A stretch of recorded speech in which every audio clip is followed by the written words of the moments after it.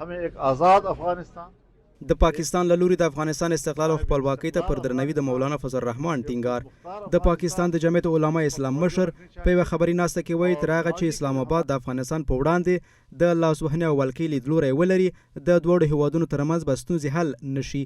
مولانا فضل الرحمن ټینګار کوي چې پاکستان باید د افغانستان ازادۍ او استقلال ته درناوی وکړي. हमें एक आज़ाद अफगानिस्तान एक صاحب استقلال افغانستان موږ باید یو آزاد خپلواک او مستقل افغانستان ته پام ولرو خو اړیکو درلودو لپاره خپل هڅې مطلوبې پایلې ته ورسوو. دغه لا هم یوه پوښتنه ده چې ولې زموږ سیاستونو په 70 یا 88 کلونو کې ناکام وو.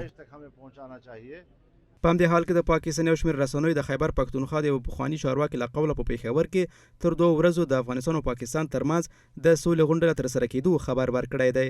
شهزاد خان دغه رسنیو ته ویلي چې دغه جرګې موخه به د خبرو اترو له لارې د شخړو او اختلافونو سملاسي کمیدا وي. فشارهایی که جانب جامعه بین‌المللی برایشان آورده می شود و سیاست‌هایشان نه تنها جانب جامعه بین‌المللی کشورهای مختلف بلکه از طرف اپوزیسیون و مخالفین سیاسی و مذهبی پاکستان مورد انتقاد قرار دادن باید تغییر وارد نمایند، زیرا ادامه این سیاست دوگانه در قبال افغانستان باعث متشن شدن بیشتر اوضاع شده.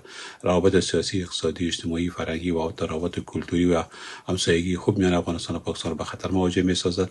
جنگ به نفع هیچ کس نیست. جنگ به ضرر هر دو کشور است، بخصوص پاکستان که هم با بحران شدید اقتصادی مواجه است و هم با بحران امنیتی داخلی مواجه است.